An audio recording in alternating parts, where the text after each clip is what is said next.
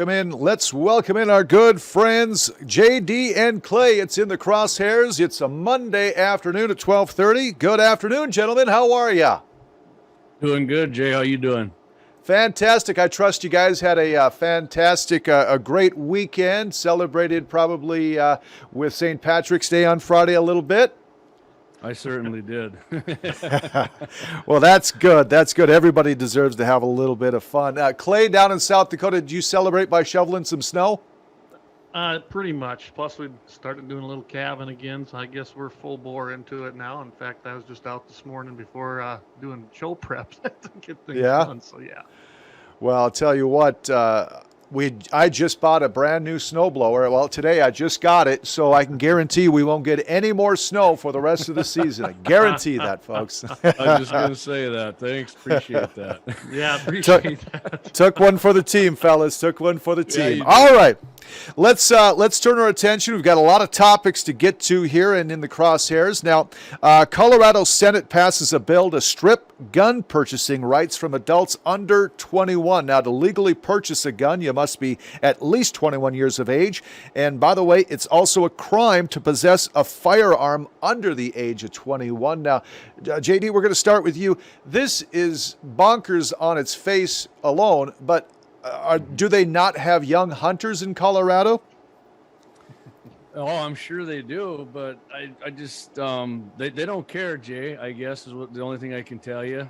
If they're not going to stand up and say anything, and the people that are passing these laws don't care. As of right now, you got to be 21 in Colorado to buy a pistol, 18 to buy a long gun. But yeah, they want to ban anybody 21 and under from buying, and under 21 from buying a gun. And I've seen that provision in there where they were saying Colorado, this law backs it up by making the crime for those under 21 to even possess a firearm. Now, I will say, I was digging into that some more because I saw that in this story, and I'm not sure that's actually in there. I'm not saying it's not because I trust this source. But that to me is even more crazy than just telling somebody they can't buy one under 21. But yeah, and as far as, that passed the Senate, and then it's going to the House. The Dems hold a 49-16 majority there. That'll fly through there. I promise you this is going to pass. And at least there was 3 of them that went against it in the Senate. And then, their governor, Jared Polis, he took just under $3 million from, I think it was every town for Second Amendment confiscation.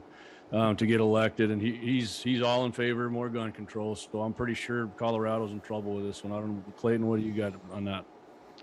Well, I agree. They're in big trouble here as far as it's being controlled in both the House and the Senate. This particular one came out of the Senate. Now it goes on to the House. It's SB 169. And the provisions you were talking about, I mean, I pulled up the bill here. I have the actual bill right here. Mm-hmm.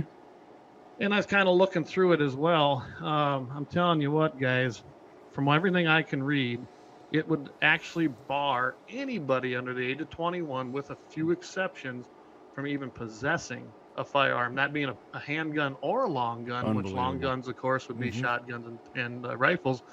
And there are some exceptions, and I'll just read off a few, and then I'm going to tell you the ones that really bother me is, one is attending a hunter's education course, engaging in the practice in the use of firearm or target shooting where authorized. They always got to add that. Words are important, guys. Where authorized, that's pretty much a gray area that who's going to determine that. Engaging in an organized competition involving the use of firearms, hunting, trapping, taking, or killing wildlife as allowed by law. So essentially you could still go hunting. Participating in a bona fide shooting class. Here's one that really is interesting to me. Training or sanctioned event under the supervision of a peace officer or a person who is 25 years of age and is a certified hunter education or firearms training instructor. And that's the only exception as far as going to any kind of a shooting class. So that means, in my opinion, after I'm looking through most of this bill, and I got a range right here. Now, I'm not a certified instructor anymore. It might be easy to go get the class again and be recertified, but I have my sons out there all the time shooting. And if everything is correct, what I read in this bill, I now could be subject to a class 2 misdemeanor as well as a class 5 felony on 2 different counts. Guys, this is insanity. But they don't care. I go with Jamie's sentiment. The Democrats don't care. This is about control and confiscation, period. And along with those, Clay, they also passed, which are coming through, waiting periods for 3 days that are going to go. And they expand the ERPOs, extreme risk protection orders, to make it easier. If somebody says, hey, that guy's crazy, I think you need to take his guns, that's even easier now, too. They're going to make that even easier. So I don't know what to say about this. I guess I expected it, but I mean, they're just going to do it now. I expected them to try and it not work, but. Do you see this across the country, or is this the first of its kind in democratically controlled legislators and governors? Right now, it's the first I've seen as far as getting this far. It has been introduced in other states, but it didn't get any traction. But we will see. I imagine some of those blue states are watching this to see where it goes and see what the repercussions are going to be, the repercussions on that. You know, will it be challenged? I imagine. To me, it's a complete violation of the Second Amendment, and I think it'll be upheld in the Supreme Court if it makes it that far. But this ain't over. It's going to be a long battle, regardless of what happens here. So I'd say too, if somebody's listening or watching us and they're like, well, you know, that kind of sounds reasonable because I think it would stop something. Let's just change it to a different, not your Second Amendment civil right. Let's change it to your First Amendment rights. You think people that are under 21 shouldn't be able to, you know, go to rallies, work at newspapers, speak freely, have a freedom of religion? You know, any of your other first 10 amendments, your individual rights, do you replace that with the Second Amendment? And you tell me if you think that's right and constitutional. That's not. That's a violation of your civil rights. Absolutely. Yeah. Absolutely. 100%. Yeah, I would agree with that. Let's flip it now, because Montana would like to lead the way going forward for other states, with a state representative there that wants their state constitution amended concerning concealed weapons. Now, Clay, tell us a little bit about this. Well, it's an interesting bill. It's House Bill 551. Again, I went and found the actual bill on this. And essentially, all it's going to do is it's going to remove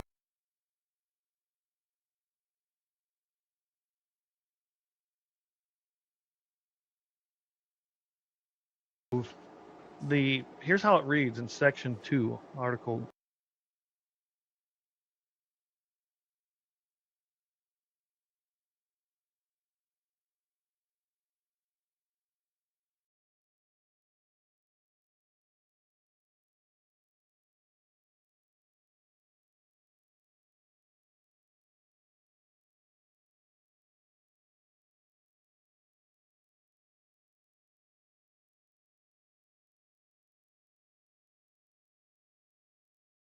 That are against the Second Amendment.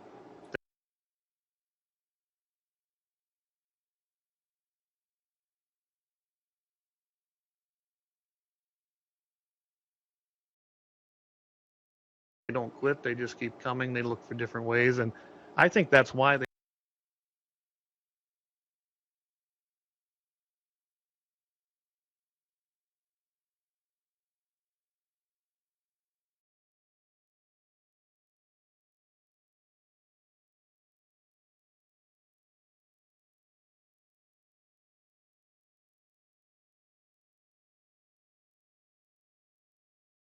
And what we're seeing now, though, is in that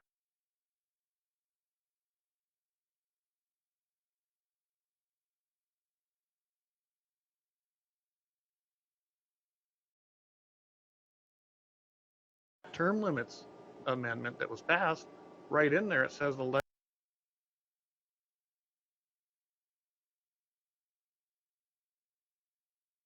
legislature cannot amend, change, or do anything to change that. So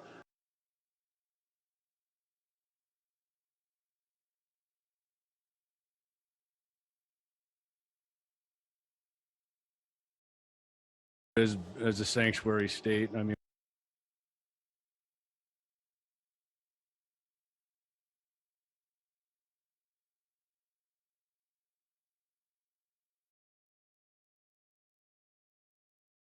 we passed that, but like I said, the more things you can put up to protect your freedoms is better for me. JD, tell the viewers that might not know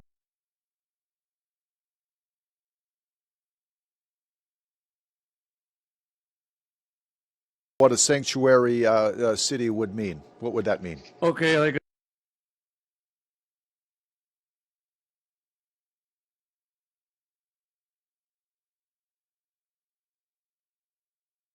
a sanctuary city, state, county, anything like that.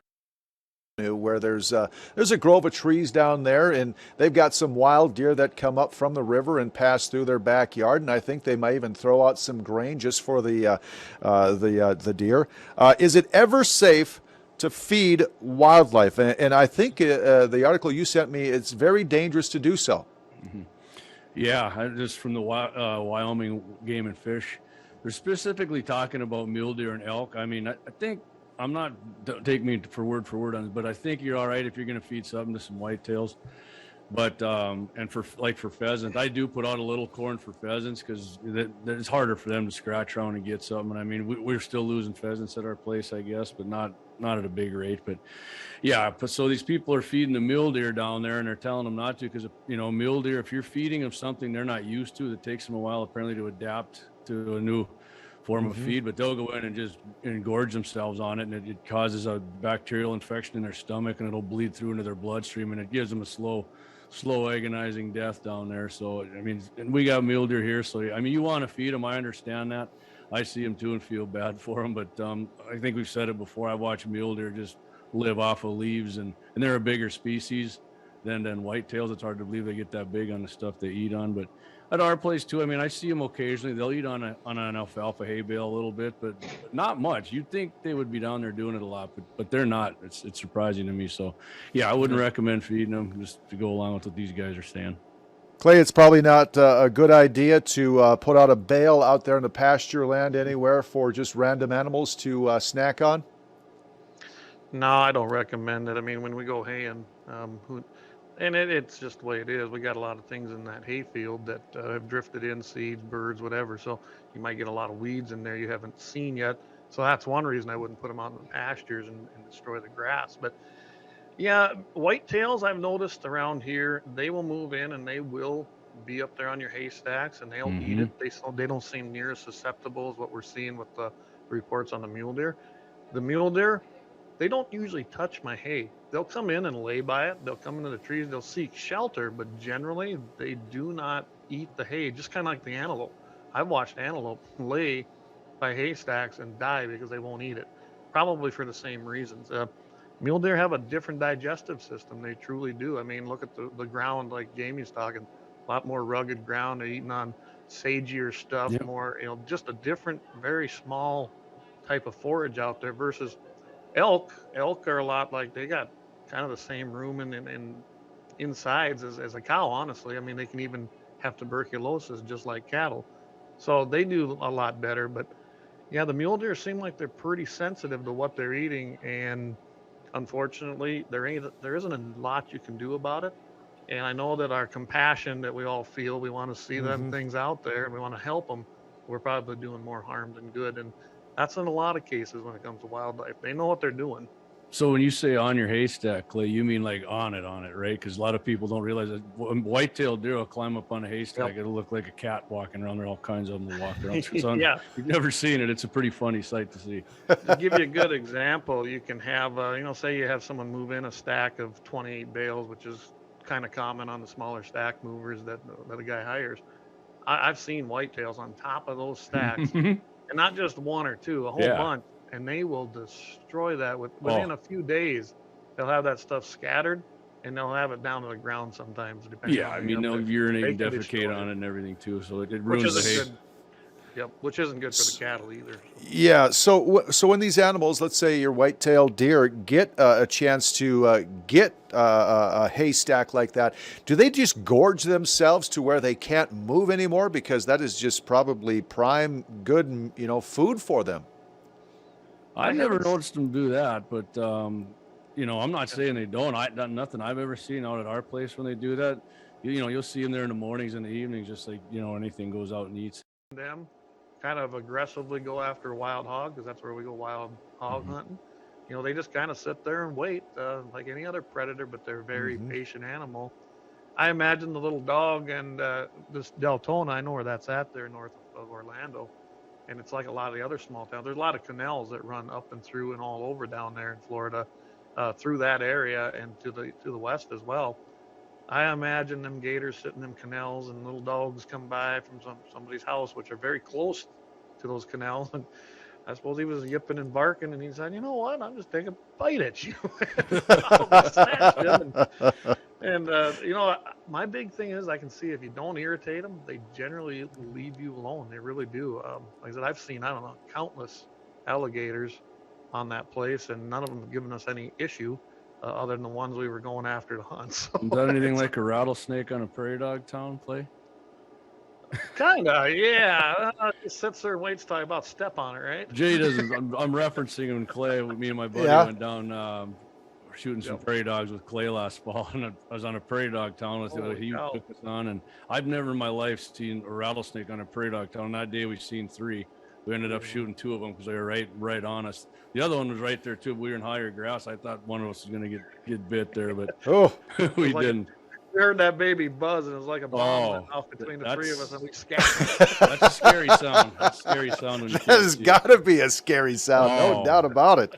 I've never seen. Jay, I'll send you. I've seen bull snakes, but I've never seen a rattlesnake, and thank God I don't want to see a rattlesnake. I hope you'll never forget it. No doubt. Well, I've golfed out in Medora out at that bully ball pit, and if there's a ball that goes astray, if it's not in the middle of the fairway, they can keep it. That's God's ball from now on to me. I don't blame you. I do the same thing. Let's talk. Carrying my 5.7, I took care of it. You did. Stepped on. We're about wrapping things up here. Got a few more moments. JD, let's start with you. Final words here for the week in the Crosshairs. Yeah, like I said, if somebody's talking gun control, do a little more research on it. If they want to ban this or that, and I mean, like Mr. Eisen there, inform yourself a little more. It just makes life easier for you if you know a little more about something, and you can't just go on your feelings on a lot of stuff. And as far as guns, hey, whatever you want to hunt, do your research on guns and go from there. What kind of gun you want to buy? Because like Clay said, they're all fun, but it's like cars or anything else. You'll have a preference for what you like. You bet. Absolutely. And Clay, any final words here this week? Well, we got a show coming up here on Friday morning. That'll be at 7:40 Mountain, 8:40 Central Time on KFYR Radio at 5:50 with the Mitchell in the Morning, Todd Mitchell. And then Wednesday, of course, we go live on our YouTube channel and Facebook page. I know we're going to try to do a legislative bill update on firearms, happy ending of the week. And that airs at 6 o'clock a.m. Mountain, 7 o'clock Central. And you can find us at www.gunsinthe701.com for anything and everything. Well, my ears did perk up on that happy ending of the week. He'll have to fill me in more, but we can do that after. It usually does. Yeah. Gentlemen, thank you so much. Another great installment of In the Crosshairs with JD and Clay. You guys can find out more. Go online, gunsinthe701.com. Of course, they've got their YouTube channel as well, and catch them Friday mornings with Mitchell in the Morning on KFYR Radio. Thank you guys so much, and I look forward to catching up with you again next Monday. Have a great week, everybody. And by the way, it's going to snow. We're getting 3 storms here this week, so get that shovel out, snowblower. So. Oh, yeah. It's ready. Thanks, Jay. All right, guys. Thanks a lot. You bet. You bet now.